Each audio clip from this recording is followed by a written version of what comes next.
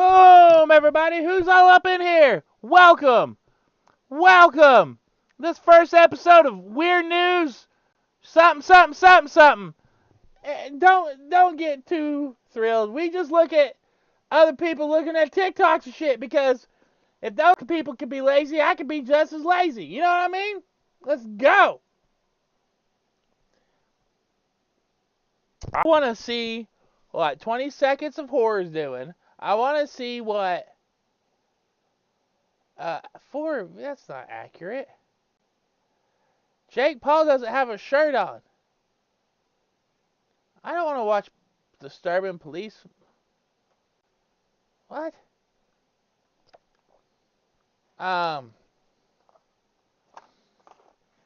Okay. Seconds of Horror. 1 hour ago. Yes! I love this channel. So we do have a couple creepy and strange things to get into today, Small, like for example an update to a news story where this woman was attacked by some unknown creature. But the update is pretty weird. But first, here we go again with these things, straight nightmare fuel. Now, I have spoken about these robotic dogs with the heads of famous people once before, like when one was seen walking in California with the head of Elon Musk. But we have another quote-unquote art show with these things once again making an appearance, this time in Germany a few days ago. I really don't understand the purpose or why this would be considered art, but I guess anything can be considered quote-unquote art. But this just gives every bit of the feeling of Invasion of the Body Snatchers. But moving on, I have been waiting for quite some time for an update when it came to this news story. So what am I talking about? Well, back on March 29th, there was this woman, Alicia Maxey. She went to this residence in Blanco, Oklahoma to inquire about a job on this farm. Maxey, when retelling the story, she remembers pulling up to the residence gate, getting out of her vehicle, hearing this deep growl before being suddenly attacked by this unknown creature that she says was dog-like, but certainly wasn't a dog. Authorities who found her unconscious because somebody called 911 also agreed to the fact that this couldn't be a dog due to the severity of her injuries, with the sheriff overseeing what happened saying this. Did a search for answers. 38 years, I've never been involved or seen anything to this extent as far as injuries caused by a wild animal. Our question now is what caused these injuries?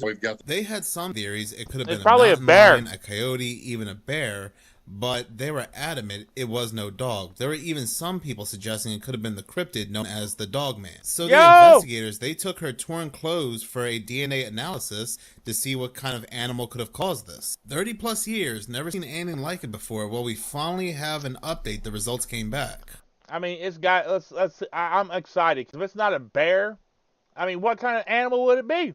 This same sheriff has come back saying that the DNA results show that the animal that attacked this woman was a domesticated dog. Yeah, apparently her clothing was tested at the College of Veterinary Medicine at the University of Florida, and it has shown that her injuries, this attack, came from a domestic dog, and they can definitely rule out a wild animal. So that was quickly swept under the rug, and I had to search for this update.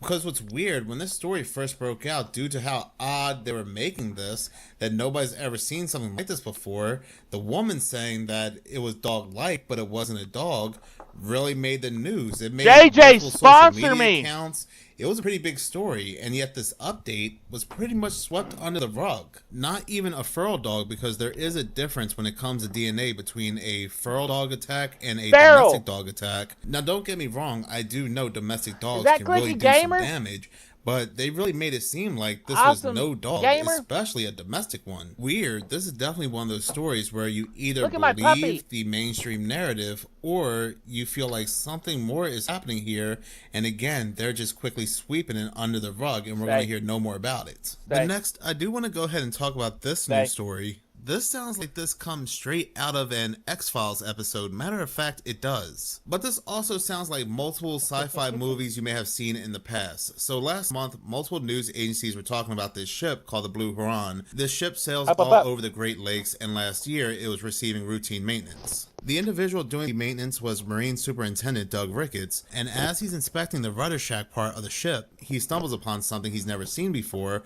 what looks like to be a mysterious black goo. The same black goo one would see in alien movies, like for example Prometheus. It wouldn't be a ship? Or oddly enough, seeing celebrities splatter all over themselves. Damn. So upon reading this, it already sounds like a sci-fi movie gone bad.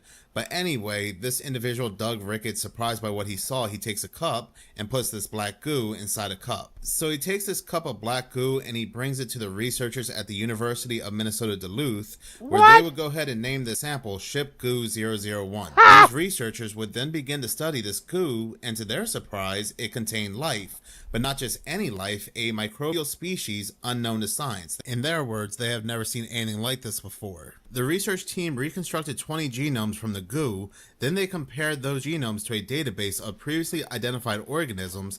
One of the species represents an entire new order of archaea, while another might represent a new bacterial Everyone, make sure you hit the like Those and who subscribe. are operating the ship have absolutely no idea how it got there. Again, they were expecting to find nothing. They're coming up with multiple theories, and again, I'm reminded of an episode of the X-Files with this thing called Purity, which was also a black oil or a mysterious black goo. This black goo was an alien virus that thrived in petroleum deposits underground on Earth. The virus was capable of entering humanoids through their eyes, mouth, ears, and nose, and assuming control of their bodies. It was sentient and was capable of communicating. It is the life force of the alien colonist, which they seemingly used to reproduce I'm gonna have to their look kind, this up, as well as infect other alien races in order to conquer the universe. So again, that was coming from X-Files. Now, I'm not saying what was featured on the ship happened to be featured on the X-Files. I'm just saying it's very interesting timing. They're finding holy this shit, organism no one's ever seen before. And guys, it's real. It's real! Scientists actually discovered a new life form in a... I'm sorry for yelling, guys. I get excited here. Let me turn this down a little bit. Scientists have actually discovered a new life form in a mysterious black substance found on Great Lakes research vessel, which they temporarily named Ship Goo 001. The substance was found oozing from the rudder shaft of the RV Blue Heron during maintenance in 2025. Discovery. Marine Superintendent Doug Ricketts collected the black tar-like goo and sent it to research at the University of Minnesota Duluth. Lead researcher Cody Sheik and his team found that the goo contained DNA and was teeming with microbial life. Contrary to expectations of finding nothing, genetic sequencing revealed that the sample contained 20 genomes, including at least one species representing a new order of archaea and potentially a new bacterial phylum. What? The microbes thrived in warm, oxygen-free environment of the rudder shaft, likely having lain dormant in grease until conditions allowed them to proliferate. That's amazing. With this also taking place within the Great Lakes, which is apparently a hotbed for UFO activity and other strange events, to the point that Lake Michigan is also known as the Lake Michigan Triangle. Around the same time, we're getting this quote-unquote alien disclosure. But I am sure they know what this black goo is they're releasing onto the public. It has a very long history. We even have news articles like this being released back in 2022, the biggest threat to humanity, black goo. The article gets into graphene oxide, but then it goes into how black goo constantly appears in media and how it's always negative. It has a long history in Hollywood for a reason, and whatever they're showing us in Hollywood, they're usually giving us the truth in plain sight. Some theorize that this black goo has connections to demons, is demonic in nature, which is a clip I'm going to play towards the end of this video coming from a professor, while others theorize that entire countries have gone to war over it. Is that important? This black goo that was stored in a perpetually frozen environment. And what is it? Well, it's like this intelligent, sentient life form. You know, you'd look at it and say maybe that's just oil or something, but when you put your finger close to it, it wants to join with you. It wants to become part of you. And so the British were tipped off that this could really enhance their super soldiers. So the whole Falkland Wars was fought over getting the black goo from South Thule Island from a group of Argentinian researchers that just put up a white flag and surrendered. Not a shot was fired, but this was called Operation Keyhole. And it was the secret war within the cover story of the Falkland Wars to go and get this black goo. So then they go and get it, and they put it in these special containers that Miles Johnson's whistleblower was talking about, somebody who was in the Royal Navy that witnessed it. And when they got up close to the equator, it started to activate, started to wake up, come out of the deep freeze. And then they got it to the UK, and they allowed it to be backward engineered by Marconi Laboratories in the UK. And it got out of control, and dozens of researchers either died mysteriously or committed. And there's a whole string of weird deaths related to it.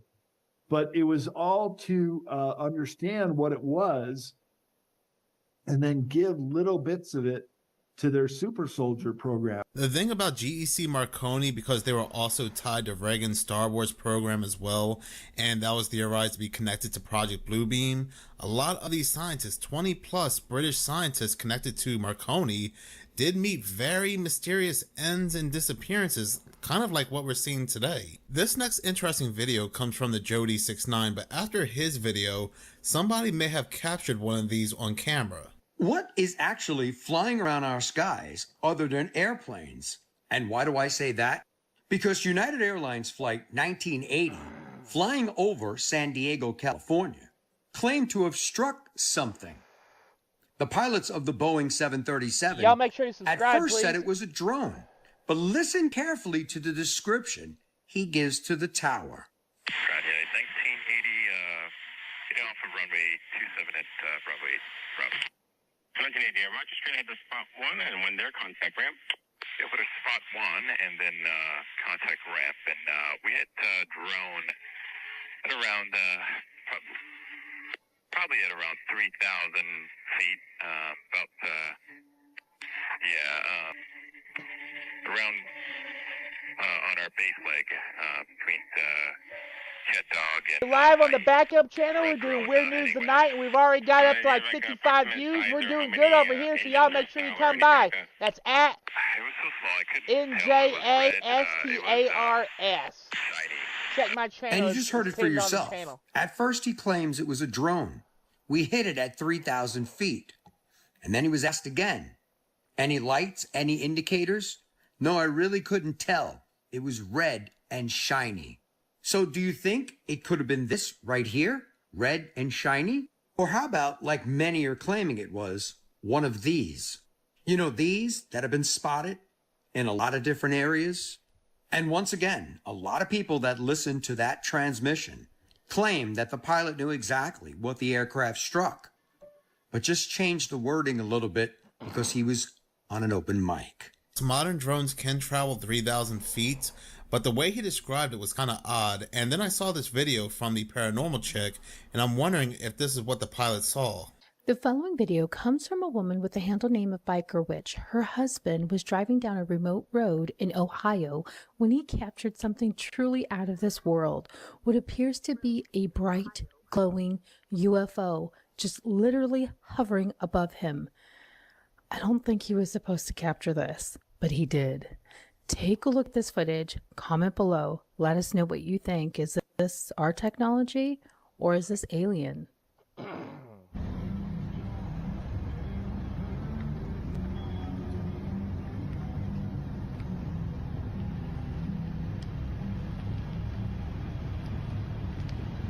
I mean, I would be more awestruck, but that chick usually uploads AI shit. This don't look AI, but who knows anymore.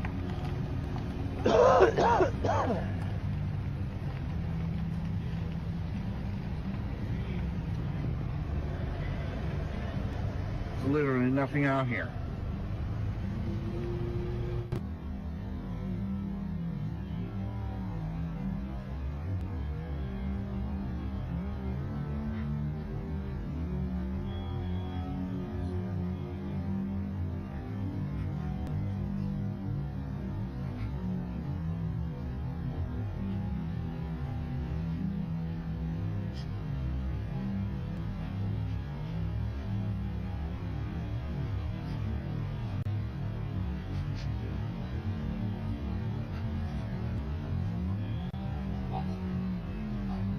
Let's look at the Pentagon pizza tracker.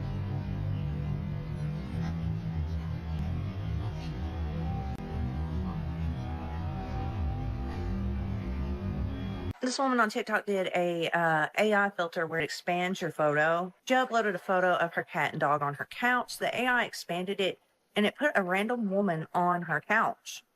Now, she thought that was pretty weird. What the fuck? But she kind of chuckled at it until she started looking closer at the woman, when she realized that this looks a lot like her deceased mother.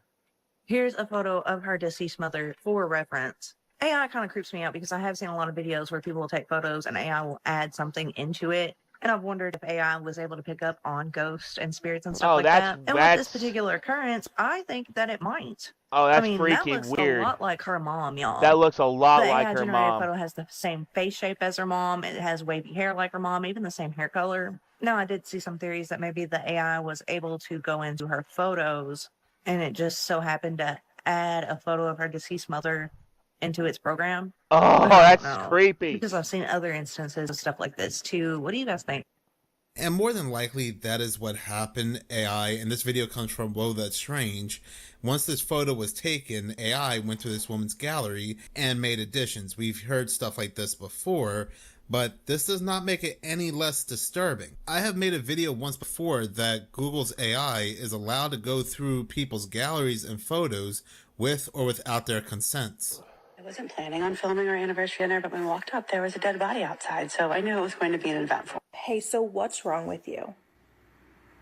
What is wrong with people in general? If you watch the entire video, she goes on just talking about their dinner, but that she made sure to pull out her phone because there was somebody who had passed away outside. And then she ends the night with this photo talking about the flashing blue and red lights. I do not understand. Everyone, make sure you hit the subscribe, hit the like, say hi. I love to talk to y'all. I enjoy y'all's viewership so much. The level of whatever this is. Honestly, I'm actually at a loss for words. The lack of empathy, the fact that this is somebody's child, somebody's mother, brother, sister, cousin, aunt, uncle, I don't care. The fact that you pulled out your phone to do this for content, I think that you need to put the phone down.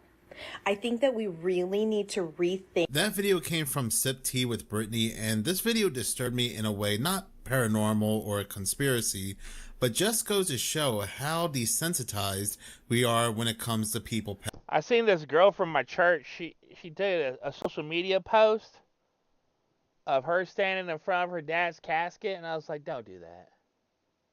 Don't do that. Passing away. They can pass away right in front of us. There can be police surrounding their bodies, paramedics, and the first thing we do is take our cameras and make a scene with it. Even though this is something that has been well known for quite some time now, it's still very, I don't know, I guess shocking to see somebody having such little disregard to somebody passing away. Hey, whoever's having a blast tonight, awesome. Come on, Mama. There is something very off with the Great Wolf Lodge. The baby in that video began crying immediately after walking into their room at the Great Wolf Lodge, and people in the comments were saying that that little girl is not just feeling something off about this place, but she must be seeing something that they can't see. Because that tree would scare the shit out of me. If you've heard that story about the family of 4 staying at the Great Wolf Lodge. The premise of the story is that these parents and their 2 children had booked 2 rooms. One for him and his wife with a queen bed in it, and then a bunk room for the children that had an adjoining door. Meaning that a door in the parents' room connected them to the room right next door with the bunk beds where the children would sleep. Well, they went off and enjoyed their day at the water park and came back to their rooms to sleep after a very eventful day. But around midnight, their 6-year-old son burst through the door to the parents' side of the room, crying and terrified. The dad thought that maybe he had just had a nightmare, but then the little boy said that he had seen something in his room. So the dad gets up to go check the exterior doors to both rooms to make sure he had locked them, and he had. So at this point, he just starts to think, okay, my little one's imagination must be running a little wild, and he let his son sleep in their bed with them for the rest of the night. But then at 3 a.m., the mom wakes up and is frantically looking around which then wakes her husband up. When the husband asks her what's wrong, she says, "You didn't hear someone just scream, Mom?" The dad gets up out of bed again to go check on the other child, who is still in the adjoined room. But instead of being in bed, he finds her huddled up in the corner of the room, hyperventilating. And the daughter basically described seeing the same exact figure that her brother had seen. So at this point, the dad is now freaking out. He's running around, turning all of the lights on, checking under the beds, in the closets, looking for some sort of explanation for what now both of his children have seen. The mom is asking her daughter more questions about what she had seen, and she's giving her the details, saying that she was so scared that she crawled across the floor and hid in the corner of the room, trying to stay as quiet as humanly possible. But as the daughter is telling the story, the mom says, "If you were trying to stay as quiet as possible, why were you screaming out for me?" And the daughter says that she wasn't the one calling out for her mom. So they're all freaked out by this point. The dad decides that he's going to stay up until daylight just to keep an eye on everything while his family tries to get some rest. Well, once everyone had fallen back asleep, he starts to hear a loud banging noise coming from the other side of the adjoining door. Obviously, he's absolutely terrified, right? But he decides, you know what? I have to protect my family. So he gets up to go see what is banging on this door. And when he opens it up, he notices that the lights in the bunk room are still on, there's nobody inside, and his children are safe and sound with his wife in their bedroom. But then he starts to hear his wife panicking in her sleep, so he starts trying to wake her up. When she does wake up, she tells him that she was having a terrifying nightmare where she had woken up in the same exact bed in the same room they were in at that moment, but she had gotten out of the bed to use the bathroom. When she opened the door to leave the bathroom, she was suddenly stuck inside of the room with the bunk beds, and this evil entity was trying to get her. So in her dream, she runs over to the door that connects the bunk room to their bedroom and starts banging on it, hoping that her husband will open it to let her inside. She said she's banging on this door with all of her might, but then her husband woke her up. The family, understandably, packed all of their stuff the next morning and left, despite having a few more days of their vacation planned. That great video came from Oddities on Elm Street. Now, there are multiple Great Wolf Lodges, and I don't know the exact one she's talking about, but I have seen photos of some of them, and I have to say, they really do give off eerie, creepy, shining vibes. As soon as hearing my child say, both of them, something scared them, and one was saying mom, but it wasn't really that child, I would not be staying there any longer. Have you heard of the fake house theory? So there's these people who believe that the cities and towns that we live in are not as big as we actually think. And that within these cities and towns, there are these fake houses and fake businesses that are sort of put there as props. And you know, as I started to think about it more, I live in a town of 10,000 people. But in the past 7 years that I've been here, I've probably only encountered a couple hundred people. And when I've lived in other cities, right, the amount of people that I've seen has been very limited, very small. So are our cities and towns actually much smaller? Like, are there all these empty houses that are just essentially props and businesses that don't exist? And basically we are living in one big lie. Now, it's easy to get under the illusion of the actual size of a town or city. Because when you think about it, if you go to a stadium, right? And past a couple buildings that we notice that are in our town that we never see anybody go in and out of, not once since we live here, and they always look very odd. I'll take a picture of one next time. That's why you go up and look into the window. It just makes me wonder, going along with his video, are they just fake buildings for some specific reason? Pictures from the microscope. This is German rain. And if you want to know what this liquid does, you can have a look at it in the lab. When you have bigger amounts of it, it looks like this. Damn!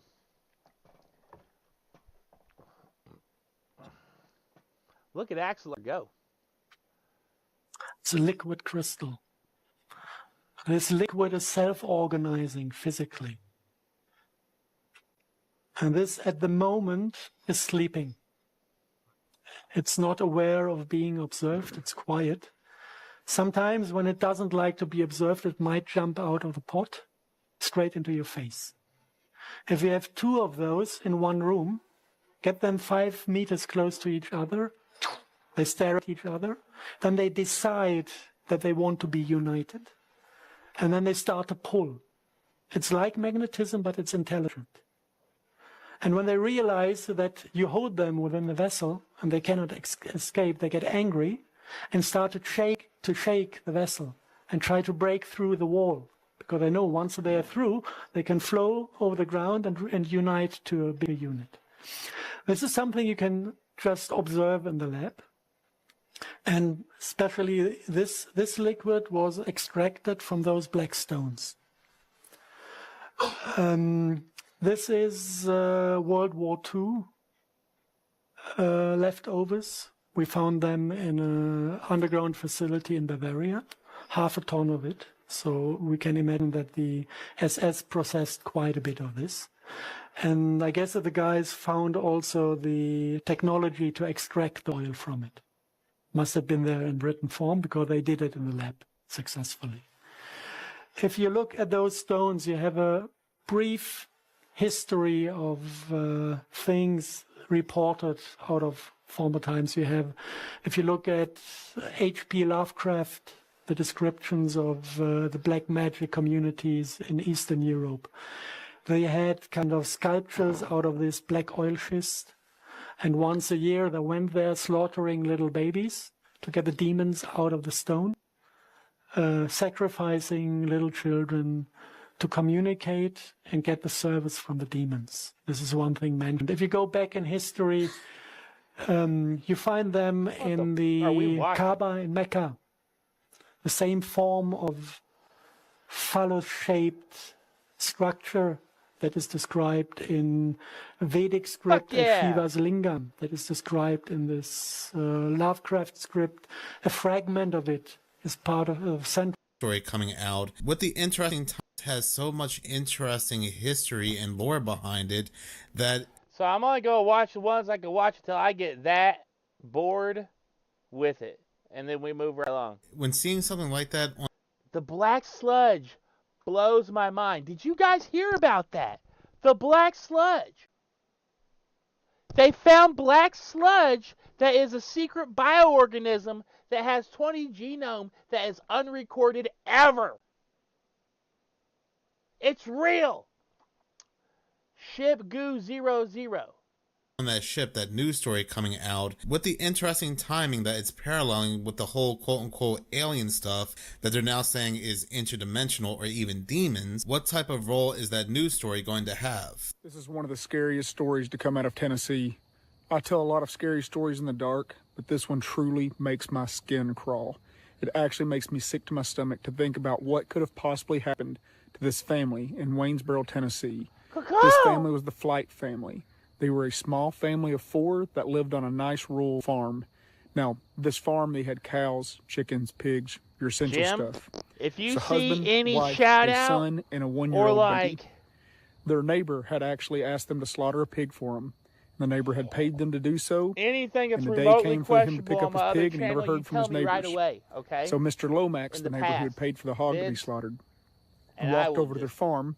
It was actually a pretty good walk for him, but he made it over there. And when he got there, he found Yo, the what front up, door Greystone? wide open. This is the new He channel peeked because in they and he didn't like me yelled getting for the millions family. of views. So we're starting back No off answer, at fucking no response. level from the 1. Flight family.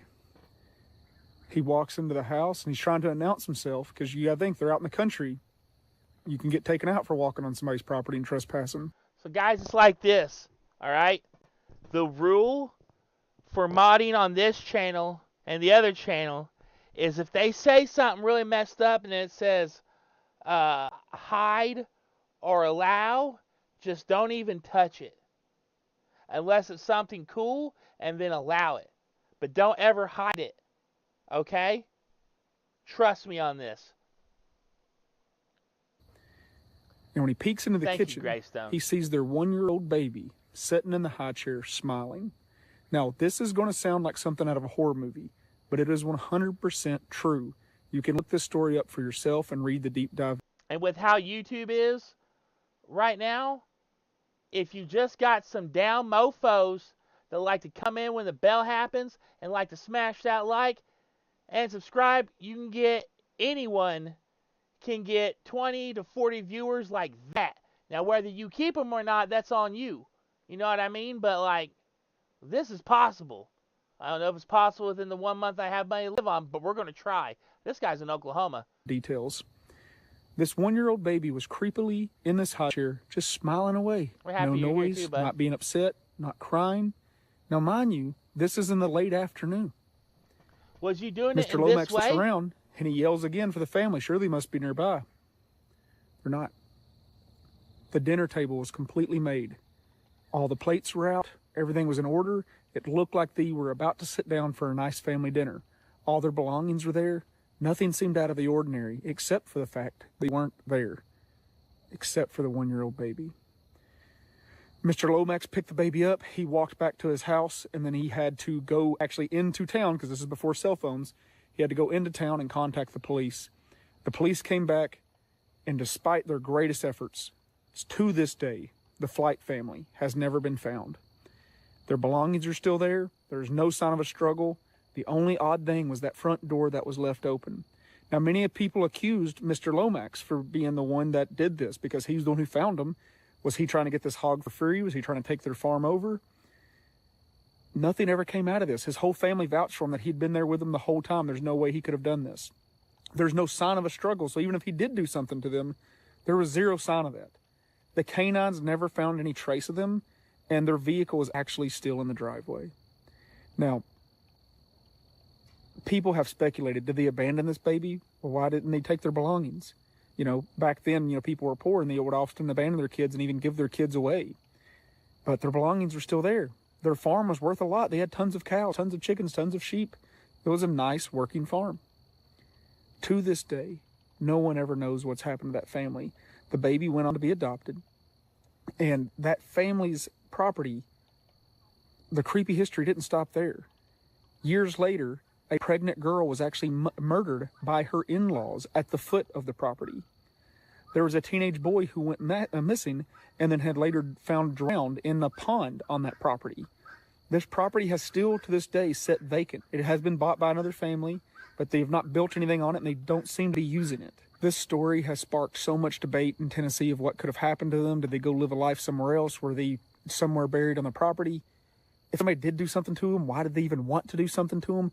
There's so many unanswered questions about this case, and it's what bothers us, I guess, the most when we hear about it. And it's that property is considered one of the most haunted properties in the state of Tennessee. Now, that story, I hope you guys enjoyed it. But sometimes I like to do a lot of big emotional flair and a lot of suspenseful stuff. But here's the thing: we don't know enough facts for them to even get dramatic about it. The fact is, we have this. I don't know what this dude's thing was, but man, he did way too many wordy ones tonight.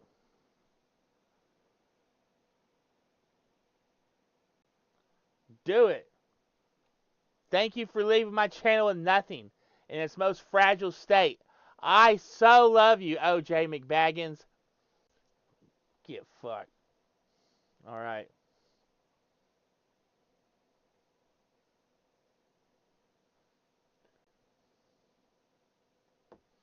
You don't know how hard it is for me not to watch political news.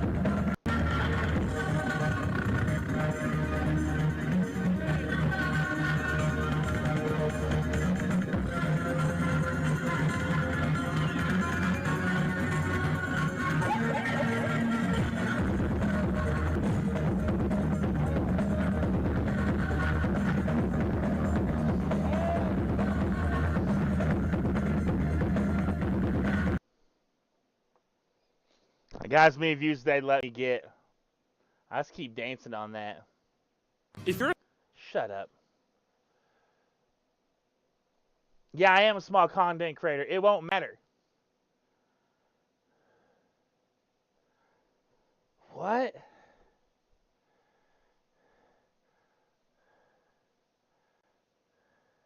Does this count as watching weird news? Some of these people be getting away with too weird shit. I don't want to see the actual Viking Techno Viker. I don't want to watch him because he gets pissy about it. I want to watch JD Vance Viking neighbor. Oh shit!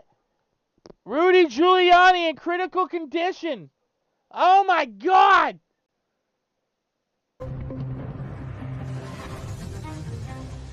We have some breaking news that we want to share with you. Former New York City Mayor Rudy Giuliani has been hospitalized in Florida and is in critical condition. Not Rudy! Giuliani's spokesperson would not specify which hospital he is at, but that the former mayor remains critical but stable condition. The spokesman also said, quote, Mayor Giuliani is a fighter who has faced every challenge in his life with unwavering strength, and he's fighting with that same level of strength as we speak. It is unclear at this moment what sent Giuliani, who is 81 years old, to the hospital and how long he has been there. Rest in peace. You know what? Yeah, all these guys get way longer than most of us will get because most of us don't even have health care. So, good luck.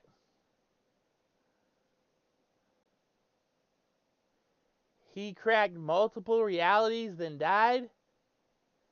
The guy tried to kill Fetterman tonight, or the other day. President Trump says he could soon order new strikes if Iran misbehaves, adding that he will now review the details of Iran's latest proposal. Doing very well with regard to Iran. Again, they want to make a deal. They told me about the concept of the deal. They're going to give me the exact wording now. President Trump doubling down this weekend on his red line of rejecting any uranium enrichment inside Iran. We're in a war because I think you would agree we cannot let lunatics we just have got a done nuclear watching weapon. all that shit. We don't have. Oh my God. Shaq hit Dennis Rodman. Boom! Oh my God!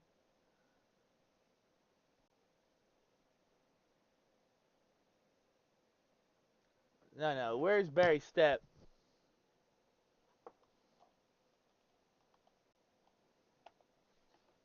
Did you all see the tortellini?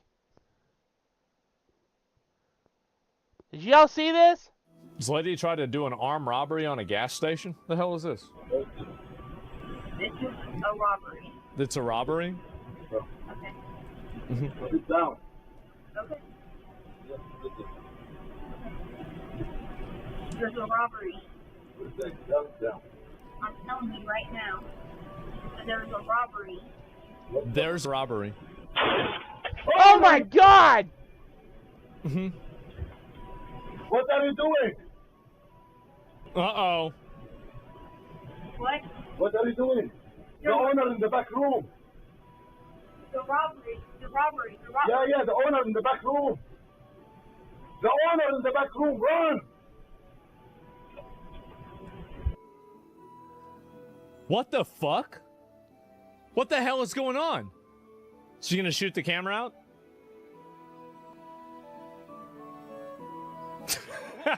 That woman robber is going viral. They interviewed the store worker. Oh no. The man substituting for a friend behind the counter had talked. He wasn't even supposed to be there? Into putting the gun down once, and like a Jedi convincing stormtroopers these are not the droids you're looking for, tricked her into making a run at the empty office. So I tried to let her to be calm, and I saw her mentality is not awake. I knew that bitch was retarded, so I just needed to tell her something. I told her to leave the gun on the table. She did. So I know if I'm gonna tell her to go out, the cops here, run. She gonna run. The 42-year-old woman did. And she shot. The owner in the back, he has a mic. Go shot him. And I called the cops Thank directly you for because she started shooting subscribing, Alan in the back Patty. room. Yeah, that's actually what happened. What was she shooting Did at? YouTube The tell you I was monsters? over here? She's shooting all the white monster cups. Called the cops, and finally they got here, and I'm still alive. Kanawha County deputies caught her not far from the scene. I just want to say, how cool was it that she took that extra step back and was like, nope, that's where I need to be. Welcome. On Order G. What a surprise. Peterson faces multiple charges in connection with the armed robbery attempt. What a fucking moron, bro. People not know how cameras work? No, you don't understand. See, like, you didn't raid in Classic WoW. I raided in Classic WoW. I understand the depths of the human mind. You can just tell them, put the gun down, go walk in the back room. That's where all the money's at, and they'll just do it. They'll just do it. It's crazy. What the fuck? Everyone hates Osmo Gold. I think it's great. A hillbilly wedding? Well, you got to go to Jim Siegel's. Jim Siegel's is having a hillbilly wedding. He convinced a stranger to rob a bank. Bullshit. Bullshit, dude. I ain't watching it. That's the biggest clickbait I've ever seen in my life. Hey, look. The White House is holding fraudsters accountable in Minnesota. Brian's thrilled. The FBI raiding more than 20 businesses as part of an investigation into social services fraud. And a surprising reaction from Tim Walz on X. The governor coming out in support of the raid and even claiming credit for it. This is after Walz allowed fraud to run rampant across Minnesota under his watch. This is Yeah, okay, great.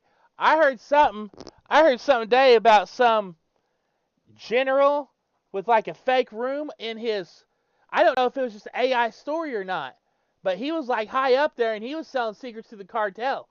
That's what they said. I don't know if that's true or not. Who's that?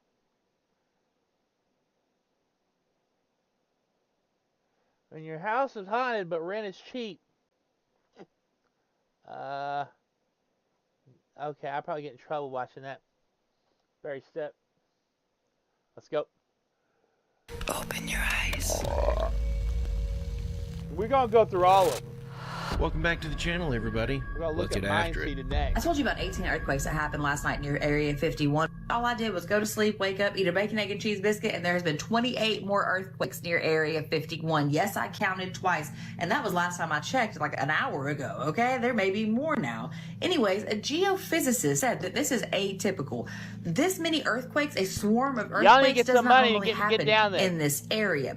Now, there have been 65 earthquakes in this area in the past 7 days. And look at the depth on them. That's not normal depth. Earthquakes should be anywhere between 9 and 20 kilometers down in the earth. Some of these don't even have they can't even identify how deep they are. They're on the surface level. That's not normal. Now, you may hear some folks saying that they think the government is doing nuclear testing underground in this area or adjacent to this area. Over here. And that's possible because between 1951 and 1999, over 900 nukes were tested underground in this area. But again, that stopped in 1999. That stopped, right? Hear me out, though. I'm not saying that it's nukes underground. I'm saying hypothetically, what if possibility may be these missing or dead scientists aren't missing or dead, right? They were just taken underground to work on some type of project that is preparing for a future event.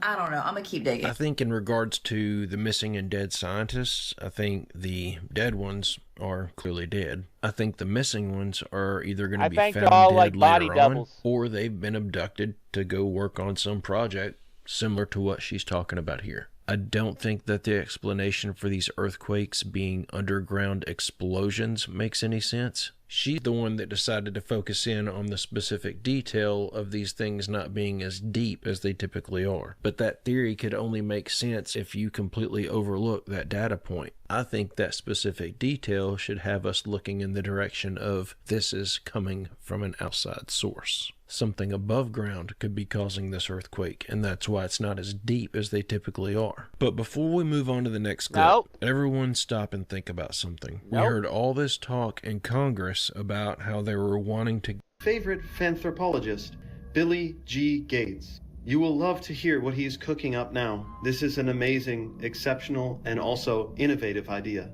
He says that we should be merging biometric digital ID with bank accounts and payment systems, and that will be necessary to monitor people's health records, keep tabs on farmers, and solve the climate crisis. All of these things bundled up into one convenient token, you could say. We love farmers, we love saving the climate, and we love health records and monitoring. Token. So I see this as an impeccable forthcoming next step in the digital, not enslavement, but the digital freedom that's coming around the corner that they have planned for us. What do you guys think? Is this a great idea, or should we go back to horse and carriage and live Amishly? I would much rather go back to horse and carriage. Watching the daily struggles of the main characters in The Walking Dead as they garden and raise livestock and try to prepare for a long, cold, hard winter, that seems like it would be a much more enjoyable experience than the experience that I feel like the guys in the TV show Life on the Inside are having. I don't care if we lose all of our technology. If it means it's going to cost us our freedom, it's not worth it. I can live without a cell phone. What I can't live without is the freedom to wake up every day, go where I want to go, be around the people that I want to be around, and live my life the way I want to live it. We're fixing to lose all of that. But once we switch to this digital biometric ID and we give all of our info over to the government, it's game over. The only way anyone's coming back from that is to eliminate all technology. I thought this was just supposed to be like a funny meme Trump was trying to do, like, how loud I'm Jesus, you know, just Trump being Trump. But now I'm learning it might be quite a bit darker than that. Now, the image on the left of your screen is the original image. The one on the right is the one the president sent out, and you'll notice that it's been changed, and the American soldier over the president's head, the president as Jesus' head, has been changed and is now, if you look very carefully, a demon. Some kind of winged creature of hell. That's crazy. He changed the original AI photo to include that demon angel. Is that Baal? That's Baal. And let's not forget that the Rothschilds founded Israel in 1948. He was one of the founders of the Red Cross in 1867. So I just found it interesting that Donald Trump would say, I thought I was a doctor working for the Red Cross. By the way, we support them. I did post it, and I thought it was me as a doctor, and it had to do with Red Cross as a Red Cross worker there, which we support. I was like, are you signaling to the Rothschilds, like, hey, boss, like, we've got your organization covered? I feel like people would be shocked. But I'm shocked right now because I didn't even know about it. Either way, whether it's connected to the Rothschilds or the Red Cross or what, to change the photo to include a fallen angel and what appears to be something that represents Baal, and tweet it out to your hundreds of millions of followers. Look at Zebek go In a Jesus robe Axelar. Is signaling Antichrist. I cannot help but to agree. And what's crazy, and I'll go... Guys, listen, if it really was the Antichrist, I gotta tell you something. Everyone would love him. Do you know how many of y'all be bitching and hating on Trump? Yeah, he's not the Antichrist. Go back and screenshot it and put it here over my shoulder. But what's crazy is when you put those photos side by side and really look at them, it doesn't appear that there's any other changes in the photo. So it doesn't look like you could even use the excuse that he put the same prompt in and recreated the image himself, and it had a few differences. It is the exact same AI photo with that one difference. And I can't remember what book it's from, but we've determined last week in another clip, somebody had actually located the reference image that the AI used for that specific silhouette in the clouds. It was on a book cover, and if I'm remembering correctly, it was a demon. But the silhouette and what Trump posted matches the silhouette on this book cover basically to a T. It almost looks like someone took this AI photo and then took that image off of that book and photoshopped it into the AI photo. In fact, I'm betting that's what happened. And Trump knows that people analyze the mess out of everything he posts. There's no way that he did this by mistake. I'm not even convinced that Covfefe was a mistake. The man's not the smartest guy in the world, but he is intelligent and he's very calculated. I'm worried that he was signaling to certain people where his allegiance is. We now know the legendary Kraken was real. It was not a myth. It is not fantasy. Scientists announced this week they have found the fossils of a giant octopus that would have been big enough to eat modern-day whales easily. It is possibly the biggest creature to ever exist in the ocean, okay? They are doing more research on right now to try to determine exactly how big this creature was, but absolutely monstrously huge. They found it off the coast of Japan, and my question is, how did our ancestors know about this, okay? Why did we think for so long this was just some kind of fantastical tale? Maybe they were seeing a giant squid.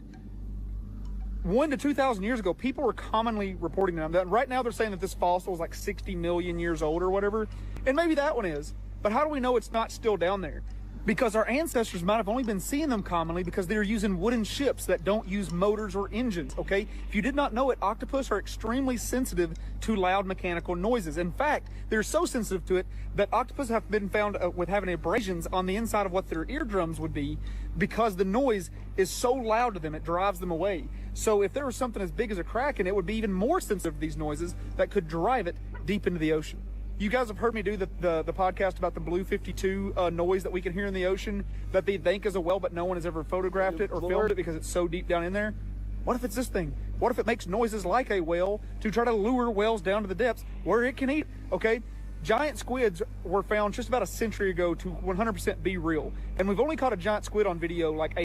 Do you guys remember remember old school Saturdays? And like I found that one kraken in Antarctica because that one short told me, that TikTok or whatever, and I went there. It was there, and then they hid it. You can't find it no more on Google Earth. It was so big you could see it from the satellite.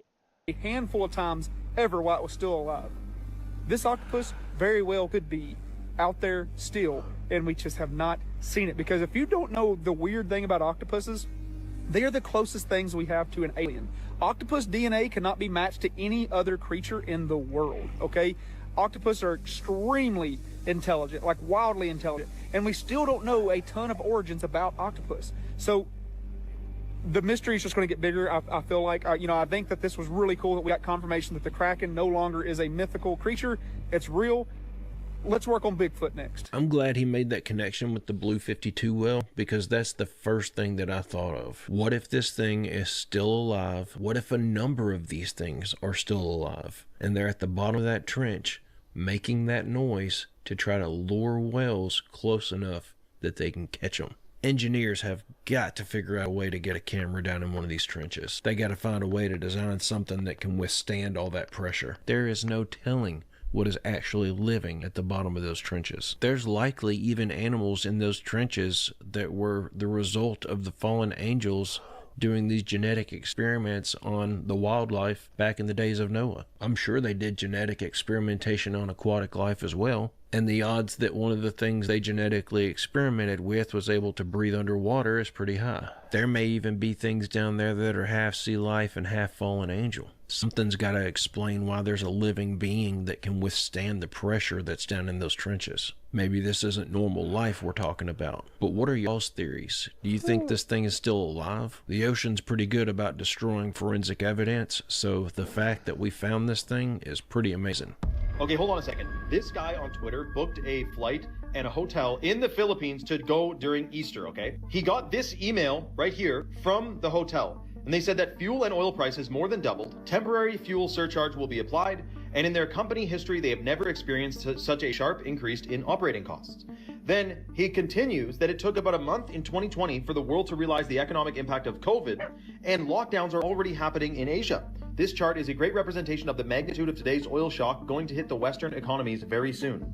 So do you remember the kind of lag when it was like lockdowns and then all of a sudden the economy went friggin' upside down? And by the way, it's not just the Philippines, Vietnam, all throughout Asia, they're talking about making mandatory holidays on certain days of the week to reduce the amount of fuel they're consuming, to quell their reserves, hold on to their reserves. And this isn't even to mention the fertilizer that is supposed to be going through the Strait of Hormuz every single day, but isn't, which is going to affect the world food supply. And they do want us to have lab-grown food. But you can't have no one's going to eat lab-grown food if there's all this other real food to eat.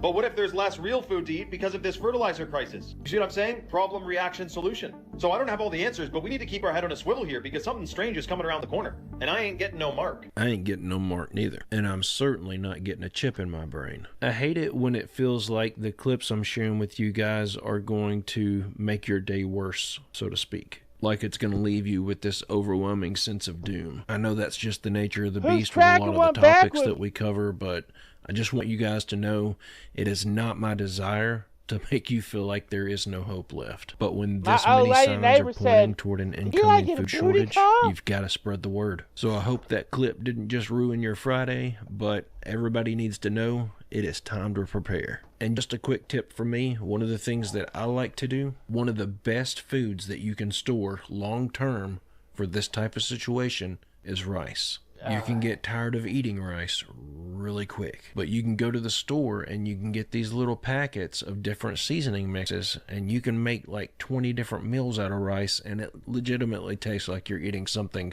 completely different. And in some of these things, the seasoning is so strong you don't even miss that there's no meat in it. That's one thing I feel like a lot of people overlook whenever they're stockpiling their food for the apocalypse. Don't only pack things that you can survive off of. After 6 months of eating plain white rice and salted beans, you may not want to survive much longer.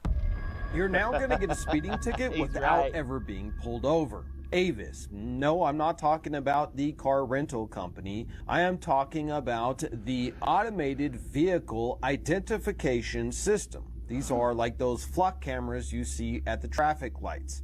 Well, what they are now going to be doing is they're going to be issuing you speed tickets. Yes, even though you're at a stoplight, you're going to get a speeding ticket. Because what they're going to be doing is absolutely insane. It is now ran by an AI algorithm that says, well, if this car was at point A, and then at this time, and then at this time it was at point B, the only way it could have got there in this amount of time is if they were speeding. It will calculate exactly how fast you were going over the speed limit and issue you automatically a speeding ticket without you being able to even challenge it. That's the future of the United States now. They're going to have these things all synced with an atomic clock or something, or they'll never get away with this. It'd be too easy to cast reasonable doubt on. But like with most things, I'm sure that the first few cases, they would have difficulty charging people. And then they would go back and they would find some legal loophole or some other law that they could bend and twist to make it say something that it doesn't actually say. And then they would use that to bring charges against people. One way or another, eventually they'll get those charges to stick. But I tell you what I really don't like about this. How easy would it be for someone to fake a printout stating that you were at this location at this time and then you were at this location at this time? How difficult would it be for someone to open a computer program and just type out a different date and time? Does it feel like to anyone else that they're intentionally building these systems in such a way that they can be abused? They're literally creating a system that opens the door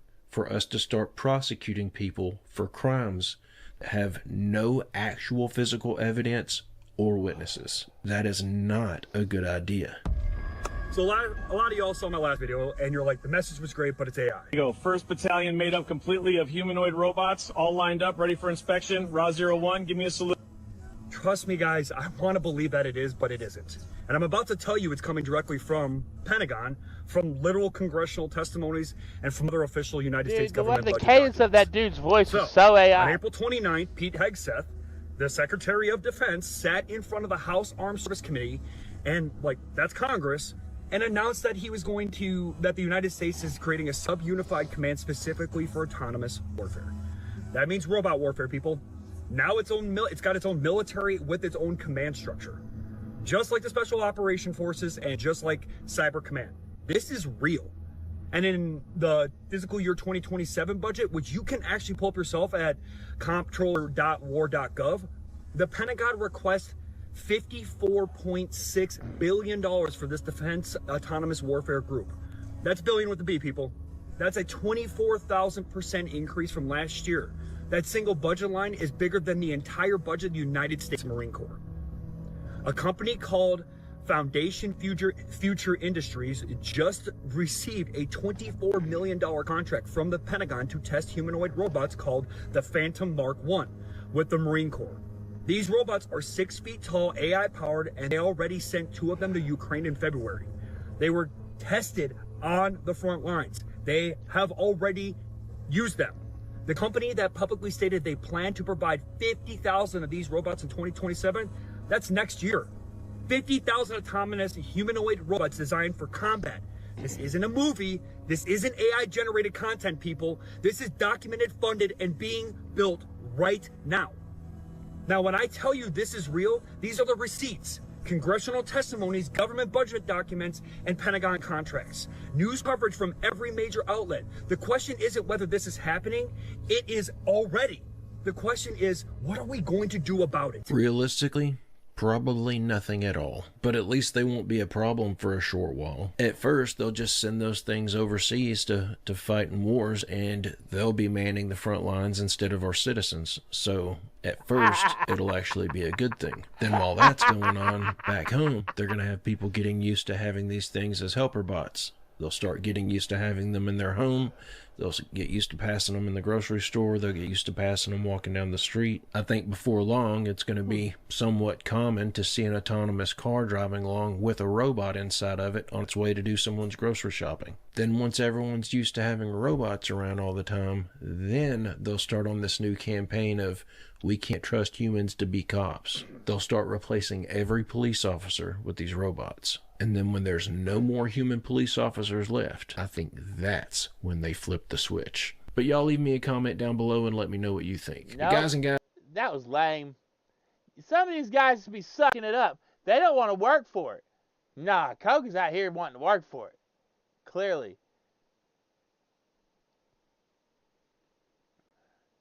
Casper's site, I don't know. He looks like he may claim on me, doesn't he?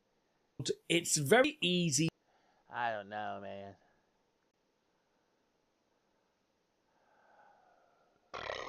What's Project Freedom? Now to the war with Iran. Just tonight, President Trump saying says a project to help stranded ships leave the Strait of Hormuz will start tomorrow. The announcement of the so-called Project Freedom comes as President Trump says he's renewing a 14-point peace proposal submitted by Iran. CBS News Miami's Olivia Gazis reports on the war that now stretches into its 3rd month. President Trump said late Saturday that he's reviewing a new 14-point peace proposal that was submitted by Iran aimed at ending the conflict.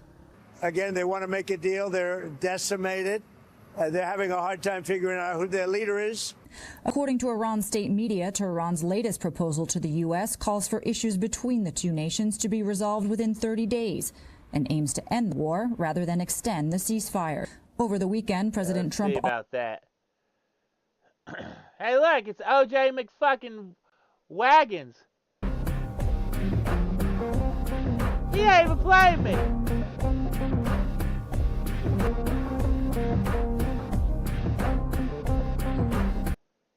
Hey, that music is pretty good. Where's that?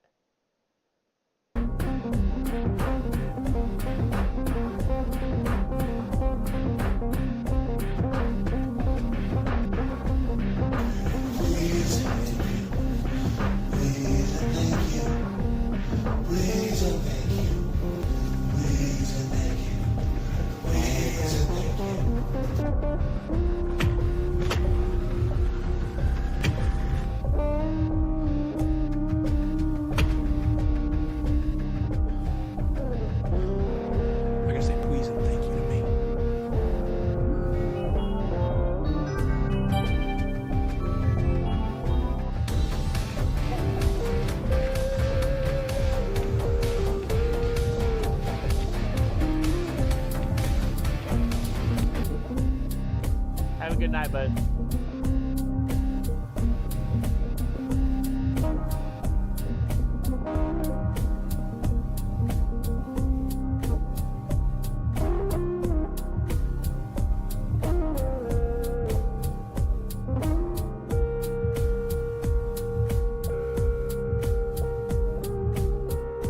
And in particular, Hollywood itself. Believe me, I did a lot of research on it. And according to all the research, it was way worse than that. By the house.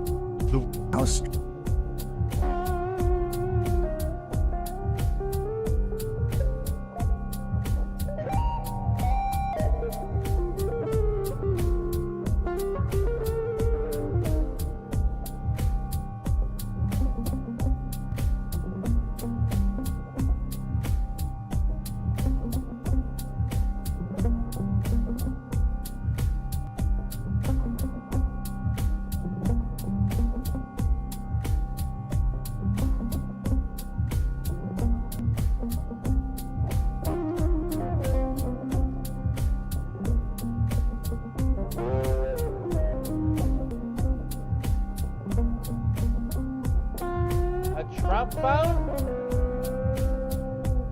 There's a Trump phone. Trump Mobile? What? Holy shit, look at that motherfucker.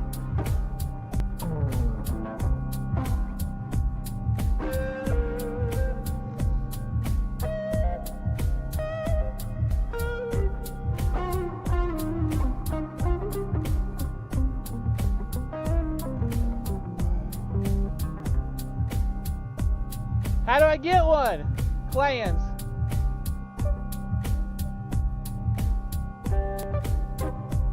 $50 a month?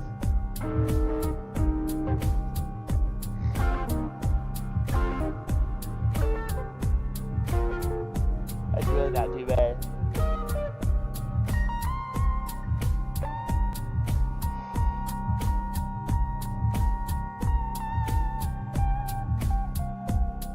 It gets telehealth coverage, roadside assistance, device protection, and Trump will proudly be displayed in the status bar as your motherfucking network. Yeah, let's get the family plan. These families are rich as fuck.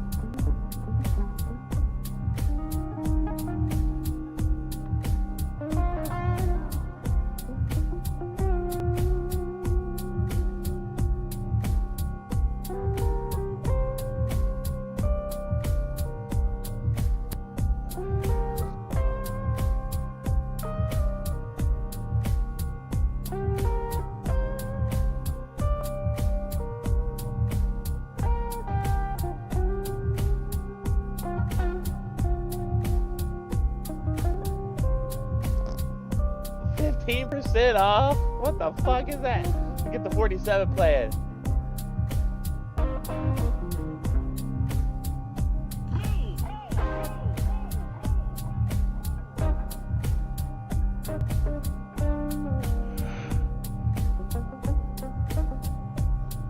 Ugh. I don't know. Did you get one, Ninja Rat?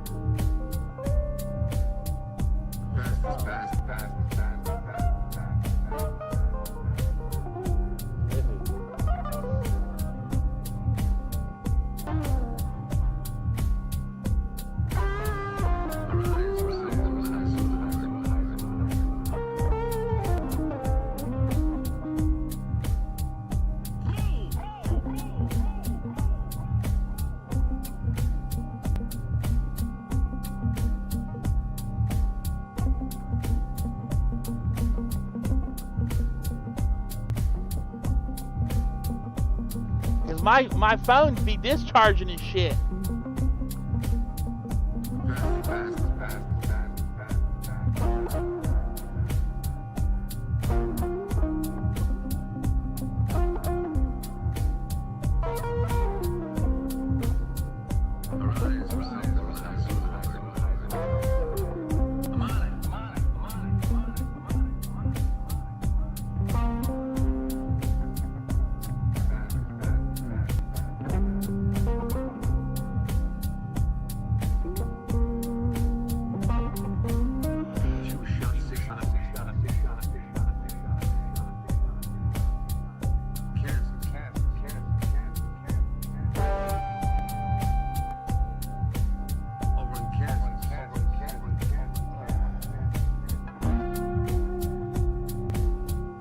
what did I just see?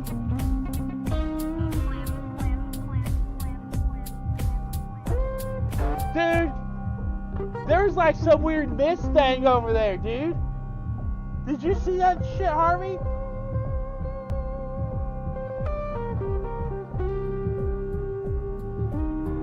Maybe it's my shadow, dude.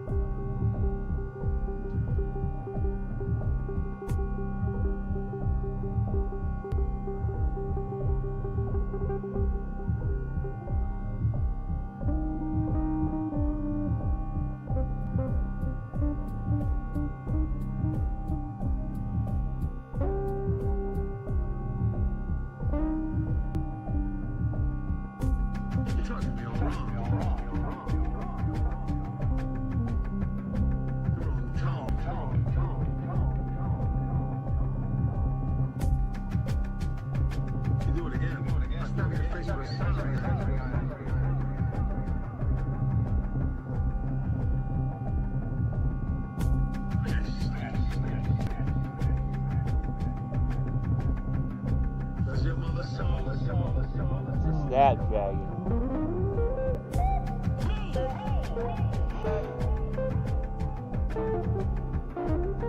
$50 megapixels.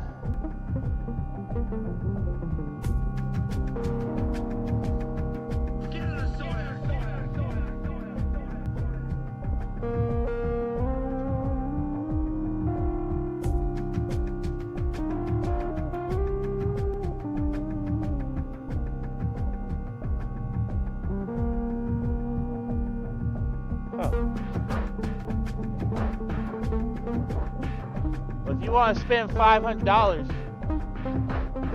holy shit! Axlar hit 8 cents.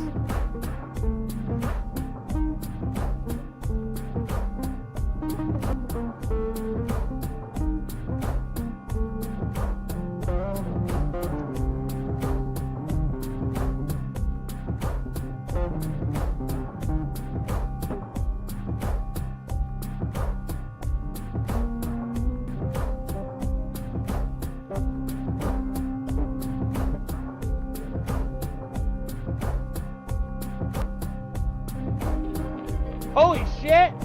Axlar's still going.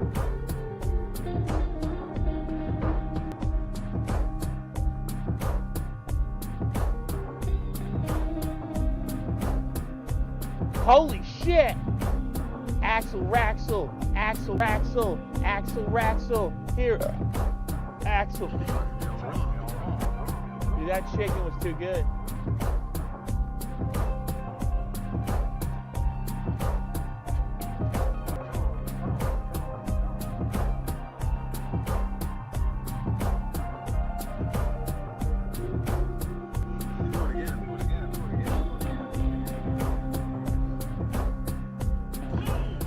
Damn!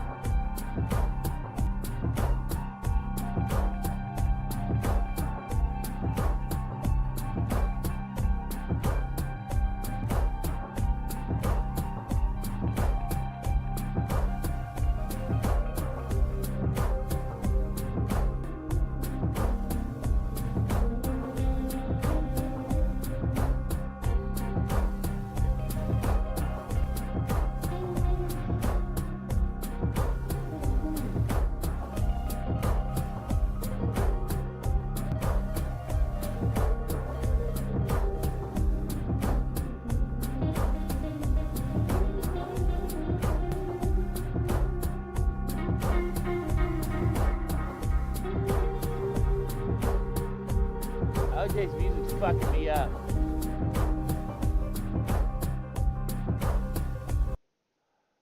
Nah, that's good.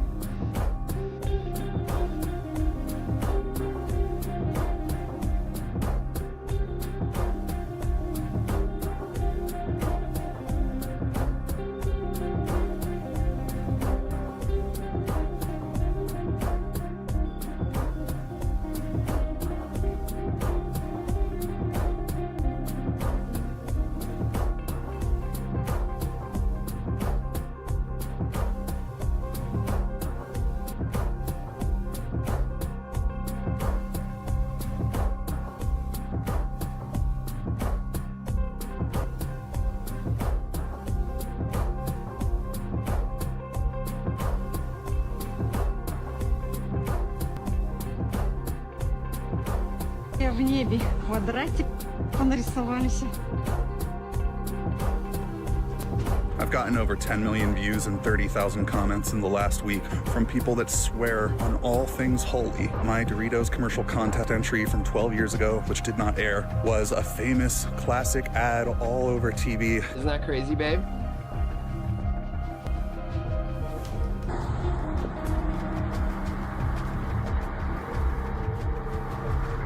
Oh my God, it's so scary. What is that? Be careful, the tree is fake. Looks fake. It doesn't sound real. You hear that? And I was told that I need to stop filming this tree. 9 horas da noite, nós estamos aqui no sítio, aqui no lugar aqui onde possivelmente o lobisomem tá andando, galera. Olha o tanto de gente aqui, galera. Olha o tanto de gente aqui. Bro, look how wide these are from each other. What the? Yep, nope, I'm good. Hi, I'm James Wiff, and you're watching the Impossible Channel. Welcome aboard. Today we're going to be taking a look at the most mysterious and unexplained videos that were caught on camera for the past few months. Now just imagine waking up one day only to find out that one of your favorite videos that you saw on the internet never existed. This is something that started happening a couple of weeks ago with millions of people, and now half of the entire internet is freaking out over what they believe to be proof of a parallel dimension. Also this month, a bizarre surge in Bigfoot sightings took place in the eastern parts of the United States. Digging deeper into this, I found out it wasn't just in the United States. In Central America and South America, people were also reporting sightings and encounters with humanoid creatures. But what exactly is going on, and why now? Also, a man who believes that one of the trees in his backyard is fake, and there's apparently a sinister reason behind it. These and many more UFO sightings and glitches caught on camera. So you best sit down because this is going to be a wild ride. Are you guys ready? Well, let's go.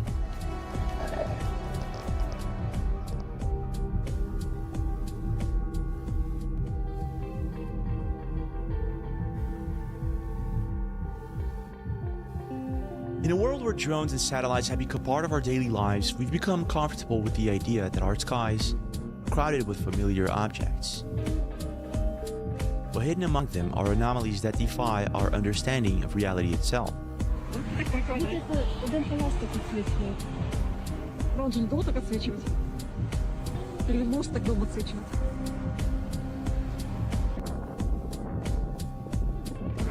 On August 18th, 2022, a researcher named Jim captured something over his backyard that at first he thought was a balloon. But the more he looked, the more he realized it wasn't like anything he had ever seen before. That's a Mondo spaceship. He's been recording the sky anomalies for over 15 years, and he claims this sighting wasn't a coincidence at all. According to Jim, he's been using a specific protocol, a form of focused meditation called CE5, to try and signal these objects. He says it took 4 years of patient meditation to finally manifest what you're about to see. Oh, look how shiny. Look how shiny. Isn't that crazy? Right. Isn't that crazy, babe? Oh, now it's fading. It's faint. Still there. It's not shiny. Okay. I gotta plug my battery in. Oh, what the hell? That is interesting right there. Wow. Wow. That's crazy looking. Wow. Even if it's just Now, in like Mexico, a real these whatever, that's strange crazy tubular looking. objects have earned a name, Ibanez, a nickname given by witnesses trying to describe something that doesn't That's even fire! behave like anything we understand. They don't move like aircraft, they don't drift like balloons. Instead, they seem to twist, bend, or shapeshift, almost as if they're alive. If we take a closer look at what Jim captured, it's as if this thing is somewhat organic, or some sort of advanced technology, something you'd see in a Marvel movie.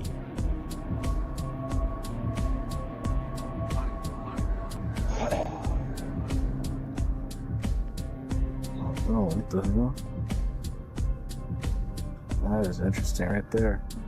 Wow. If we take a closer look at Jim's video once again, you can see it clearly. Oh my This thing is not a plane, it's not a drone, and it's clearly not a balloon. But whatever this thing is, it totally defies our understanding of reality itself. It's as if it's shifting somehow. Now, whether you believe in the power of meditation or not, the footage Jim captured is undeniably strange. Now, if Jim's theory is correct, it suggests that these objects aren't just random visitors, but rather that they might be responding to us somehow. And if this is the case, it would explain this other video posted on Reddit 4 months ago. Check this out. What is that? I'm not even tripping. Oh, that's so scary. Oh my god. Like, I'm not tripping, right? That's... What is that? Side by side, these two videos are hard to ignore. There seems to be some sort of connection. If we take a closer look, we have the same shape as well as the same brilliant surface, but here's the thing, this is not new at all. Throughout history, ancient cultures have described sky serpents and living ropes descending from the heavens. From the feathered serpent deities of the Aztecs to the celestial nagas of the East, maybe our ancestors' myths weren't myths at all. Maybe they were seeing the same exact shape-shifting entities that we're seeing now. And since November 2024, we've been seeing more of these sightings, objects that morph into something else. In one specific video, we can see what appears to be a helicopter that turns out to be an orb. At least, this is what the spectator says, and in the video, it appears to be so. What the hell? That is a straight up orb, dude. Yeah, it's just real weird. Disappear, come back. Disappear, just move. Disappear. Huh. Shoot! Guys, I'm recording. Yes! Hi, this is live distraction. No, it's... Hold on. So what exactly are these objects? GameStop's Going gonna a bit buy deeper, I eBay found a for YouTube channel $56 that's billion? been recording these objects for quite a while now. In one of their videos, they capture what appears to be a similar object to Jim's. Now, whatever these things are, they're not new. They've been widely documented throughout history, and in this particular video, they're coined plasmoids.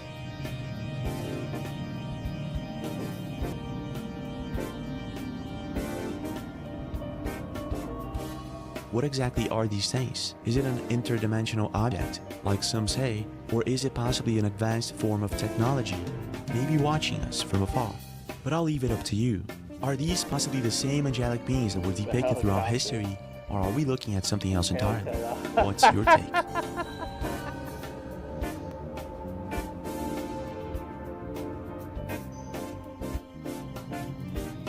For centuries, stories have been told by natives of creatures that roam the woods, creatures that can supposedly mimic our voices and lure us into the dark.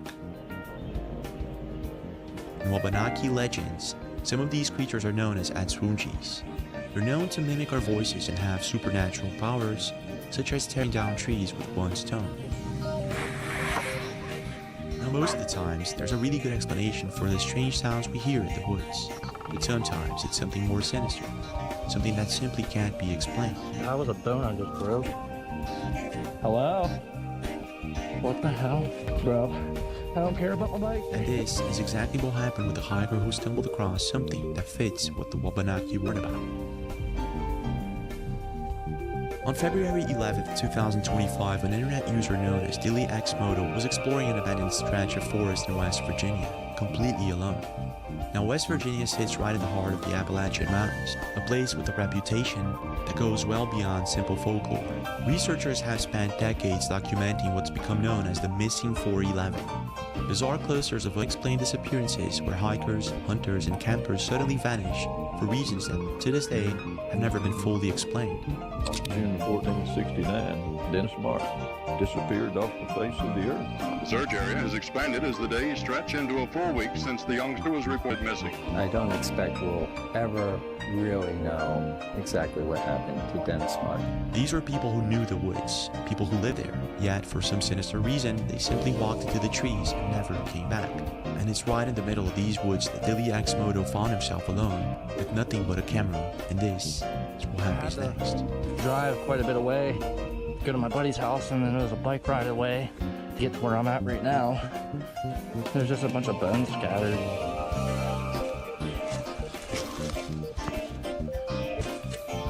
It's like a trail just leading me.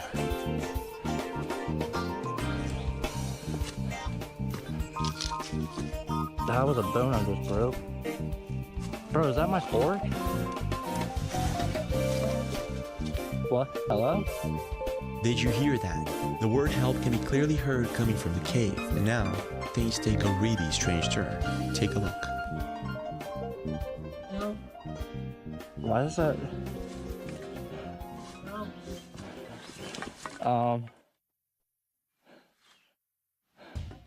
Hello? What the hell? Bro, I don't care about my bike. Hello? Is anybody there? I don't know, dude. Am I just hearing things? At first, it looks like any other place in the forest, but if you look closer, you'll notice the bones of dead animals scattered around the entrance.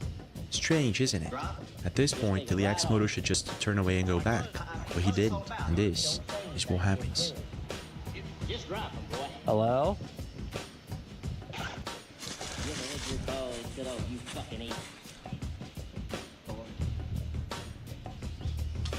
What the? Yep, nope, I'm good. Oh, hardcore, parkour. Oh. Did you see that? Someone or something actually throws a stick right back at him. And not knowing exactly what it is that he's dealing with, he does what anyone would do, and he gets the heck out of it. That was kind of crazy. Oh, that's fire bushes. Now, even though the entire situation is creepy in itself, it could just be someone playing a prank. But this is where things get truly bizarre. About the same time Dilly X Moto posted this video, several other people started reporting sightings of strange creatures, humanoid creatures, in the woods. Deep diving into the internet, I found out it wasn't just in the United States. People in South America were also reporting sightings of strange creatures that they had never seen before. 9 horas da noite, nós estamos aqui no sítio, aqui no lugar aqui aonde possivelmente o lobisomem tá andando, galera. Olha o tanto de gente aqui, galera. Olha o tanto de gente. It all starts a couple of weeks ago when a chilling alert surfaced from the Bigfoot Society. Within 96 hours, 5 sightings were reported just in the United States alone. And deep diving into it, I found out it's not just reports, there are videos. Like this one posted 19 days ago to Reddit by a birdwatcher in West Virginia. He says he saw an unknown creature as he was walking in the woods. Check this out.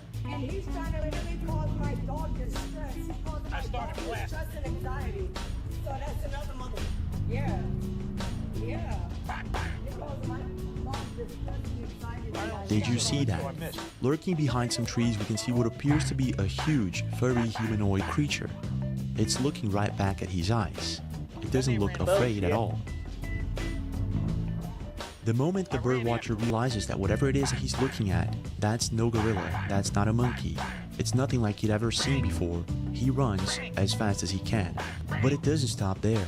Actually, the more I dig into this, the creepier it gets. Posted 2 months ago, we have one in Pennsylvania. Like, look how wide these are from each other. What the fuck is that? On February 16th this year, a Reddit user known as El96 posted a video to Reddit. According to his fiancée, they spotted something off Highway 84 in the Pocono Mountains. This is what they saw. Like, look how wide these are from each other. What the fuck is that?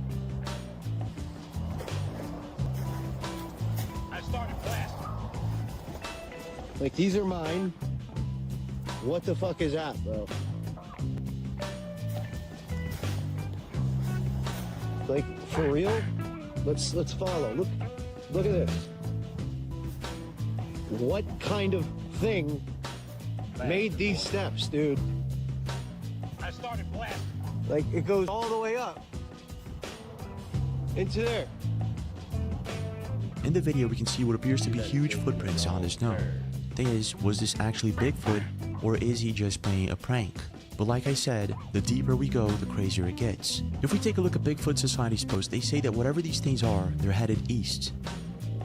And 3 months ago, Reddit user Jacob Abraham posted a video of what he believes to be a Bigfoot sighting in Ohio. This would actually match with the information sent by the Bigfoot Society, meaning this is possibly not fake. But if this is the case, then what exactly is going on? This is Jacob's video.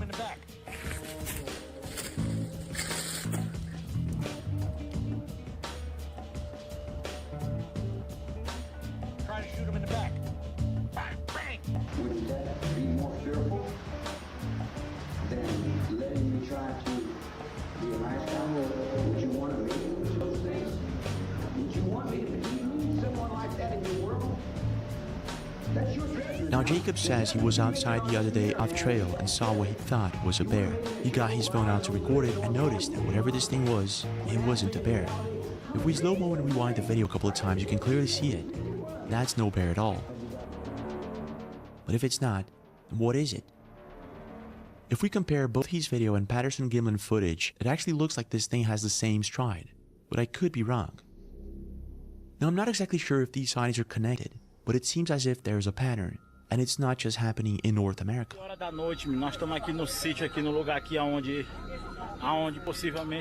Around 9 o'clock at night in Bacabal, Maranhão, a group of residents gathered at a local farm, feeling completely apprehensive while searching for an explanation for what they saw. Nós estamos aqui no sítio, aqui no lugar aqui aonde possivelmente o lobisomem tá andando, galera. Olha o tanto de gente aqui, galera. Olha o tanto de gente aqui, vai passando uns animais aí, ó. Todo mundo ainda aqui, todo mundo apreensivo aí. Todo mundo caçando uma explicação aí para ver o que tá acontecendo aqui nesse sítio. Tá todo mundo aqui apreensivo, com medo. Todo mundo com medo. Tá aqui nosso amigo Adão. Adão, o que tu acha que é isso aí, Adão? O que tu acha que é isso aí? É a beija-fera. Rapaz, tu é doido, é? É, que ninguém acha. Ninguém acha, né, Adão? Então é o lobisomem, ou o nega. É, né? É. Aí, todo mundo aqui vai passando uns bichos correndo acolá, ó. Aí, ó. The footage was posted by Brazilian internet user APC Sincero. This was on March 4th, 2026. The night before, locals had reported seeing what they believed to be a wolfman of some kind. A local resident named Adão identifies the creature as the beast. He's convinced it's a werewolf. Now it's pretty hard to believe this, but you can actually feel the dread in the crowd. They saw something that they couldn't explain. It could just be that they saw the same thing. Strange, isn't it? And here's what makes it even stranger. Around the same time, Álvaro Botelho, also in Brazil, said that he was experiencing something similar. Negócio pra vocês. Acredita quem quiser. Tô aqui pra provar nada pra ninguém. According to Álvaro, he says that he lives near Larvas, Brazil, in the middle of nowhere. And in this month of February, strange things started happening in his house. Já realizei uns 300 pai nossa aqui nessa roça aqui, porque não é possível. Tem um negócio aqui escondendo minhas ferramentas. Desde um ano que eu tô tentando capinar aqui, eu deixo a enxada no lugar. Eu chego aqui, a enxada tá no outro lugar. Hoje já sumiu foice, já sumiu limo. Aqui não tem vizinho não, pessoal. Aqui é só essa casa aqui, não tem saída para lugar nenhum. Aqui embaixo tem o rio. Entendeu? É água, é mato.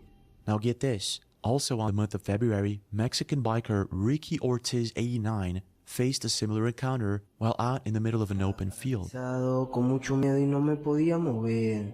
Enfrente de mí estaba una criatura demasiado horrible. Es decir, estamos hablando del mismísimo Momo.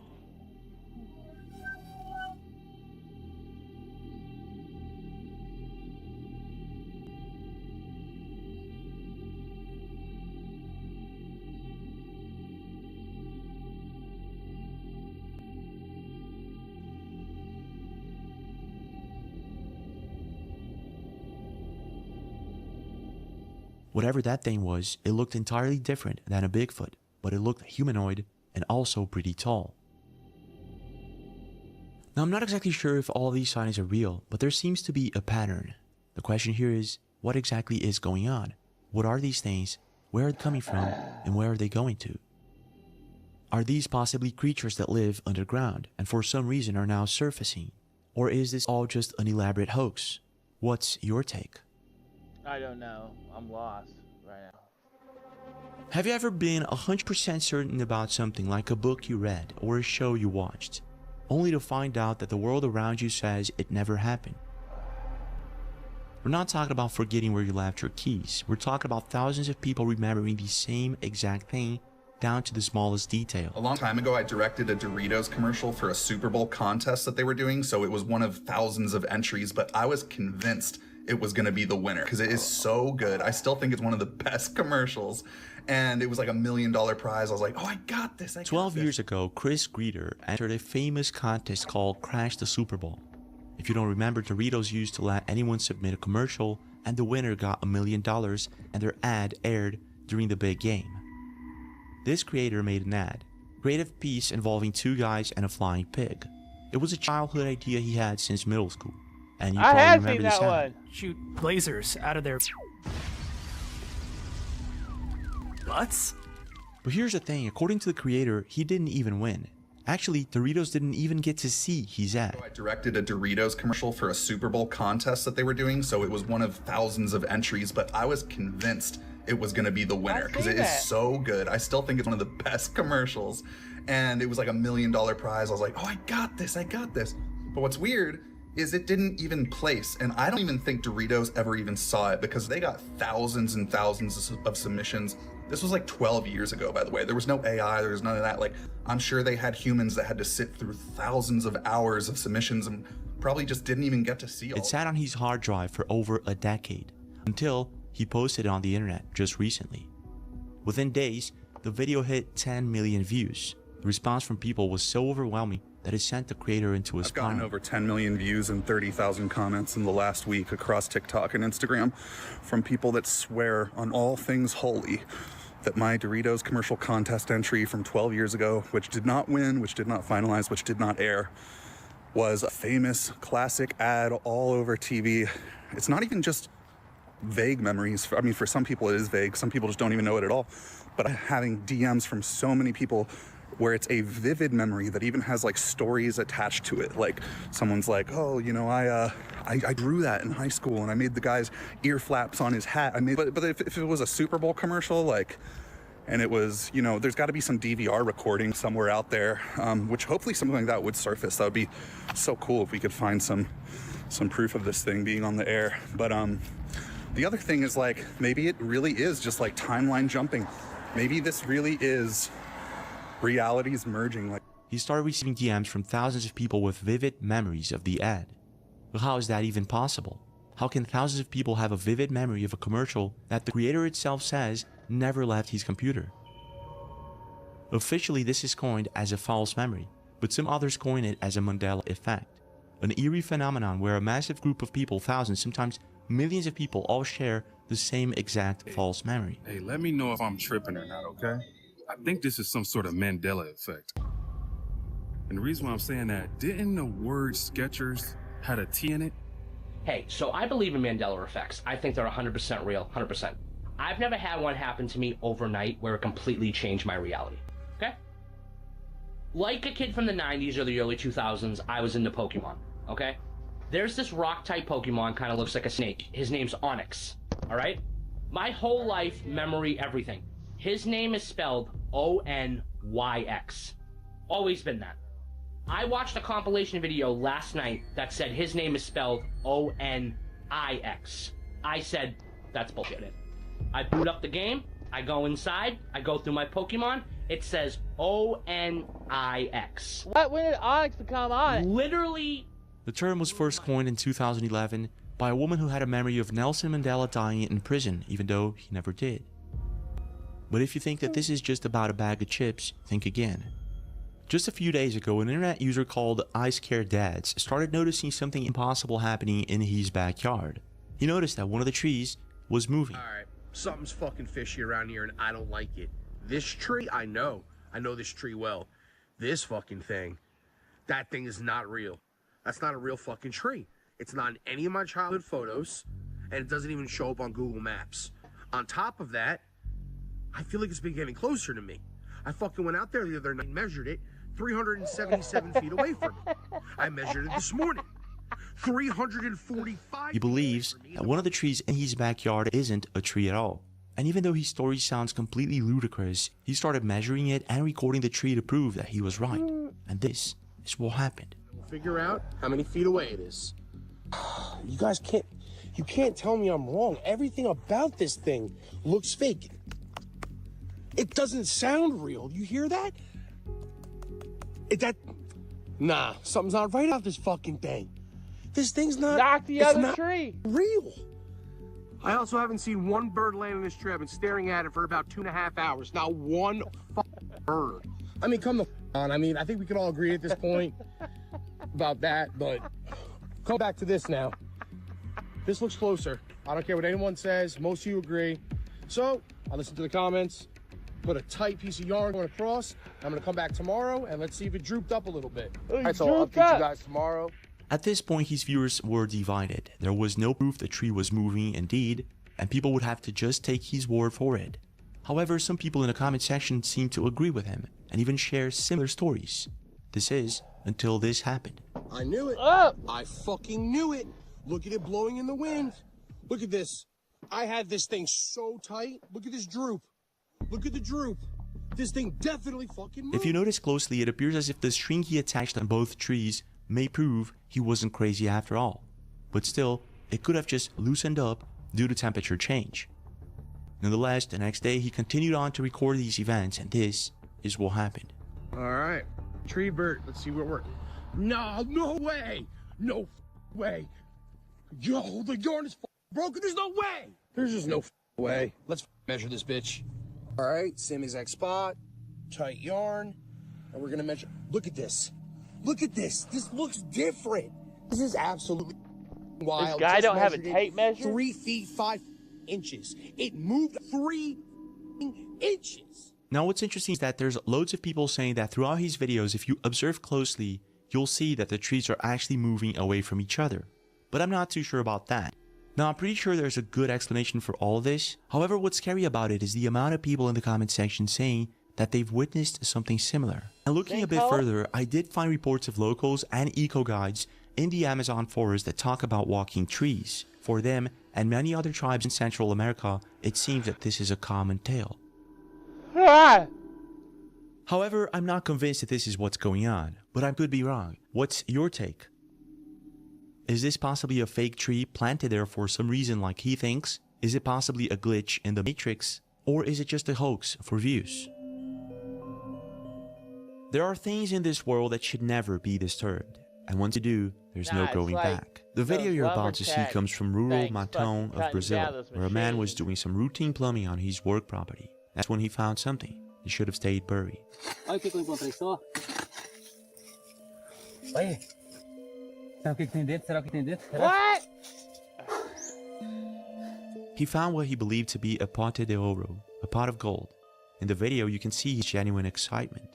He talks about how it's his lucky day, and how the pot is literally entwined in the roots of the trees. It all seems like a really good find, doesn't it? But for those familiar with Brazilian folklore or legends of the jinn, this is a major red flag. In many cultures, buried objects are often something used to lure supernatural entities to bind themselves to a human. Most internet users who watched this video immediately pointed that he might have broken a seal or disturbed a site that was never meant to be opened. Great, And that as guy he started found the out himself apocalypse later, because he the just wanted supposed some gold luck for his that came fucking with the pot of ghost. gold didn't last very long. He tells his viewers he'll open the pot of gold in the next video. That second video would come a few days later, but it wouldn't show what he thought was inside the pot, but rather something far more terrifying. It was late at night on November 4th when the man was all alone in his house. It was pitch black outside, and all of a sudden something starts knocking on his door. Oh. Oh. To say thank you. Bateu na porta.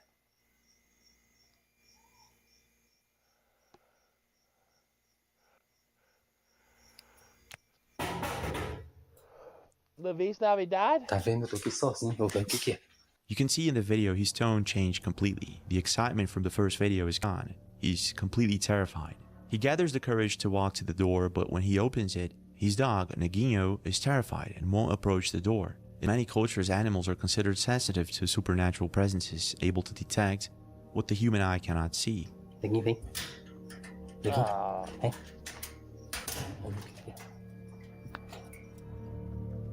Vou ver aqui. Só pode. Ui, o fogo bateu na porta, ó. Tá soltando fogo, tá soltando fogo. Aquilo com a boquinha, ó. What the fuck? Now, because the man thinks that this spirit or whatever this thing is sleeps on his stove, he's been covering it in order to keep this spirit away, but it keeps coming back. This is a classic behavior of what Brazilian folklore calls the caboclo, the spirit that attaches itself to the place or to the object, or maybe to someone. Monster, huh? But the worst part is, he still hasn't got rid of the pot of gold that's in his house. But the story doesn't end there, and this is where things get really creepy. Weeks later, at 6 p.m. he ventures out into the open field. He spots something in the distance. It's an oka blow. Lá, apareceu de novo lá, lá. Olha lá, ó. Aí o pessoal fala, não, é uma criança. That's his son. Olha lá, ó. Tá vendo lá? Sumiu de novo. Assim mesmo se fosse uma criança, gente, pra onde com uma criança daquele tamanho eu tenho ideia pra fazer vídeo e eu não posso mostrar a criança aqui também, não. You can see something moving in the tall grass, something human-shaped. Many viewers argued that this was just a child playing in the grass. But the man filming is clearly scared for his life. He points out how this creature is completely disproportionate, the size of the head, the body, and watch what happens when he tries to approach it. It just disappears into thin air. Yeah, that thing's head is pretty big. I did notice that. Olha lá, ó. Por atrás da múdia. Aí é só eu voltar pra cá que eu vou deitar de novo, ele começa a bater na porta desse jeito direto. Eu não vou ficar aqui hoje não, eu tô aqui sozinho, não tem ninguém aqui hoje. Eu vou fechar as portas aqui e vou vazar fora. O pessoal saiu, vou ficar aqui só não. Now this was his last video on his channel regarding this story. Some say he returned the pot of gold to where he found it. Others say that the entity finally took what it wanted. And some believe it is still haunting him, knocking at his door every night. What do you guys think? Have you ever seen or heard anything similar? What's your take?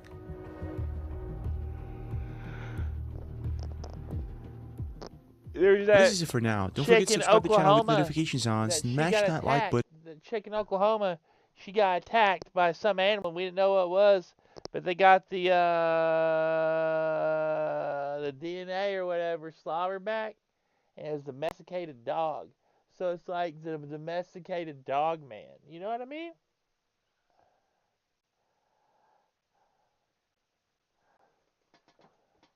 What time is it? Hello?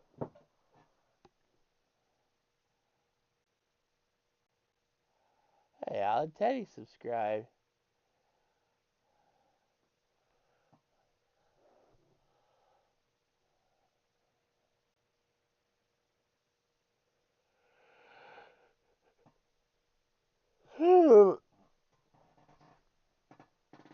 I'm tired as shit. Good night.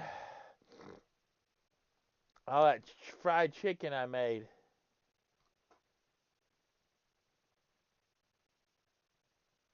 Oh wait, listen to my fart.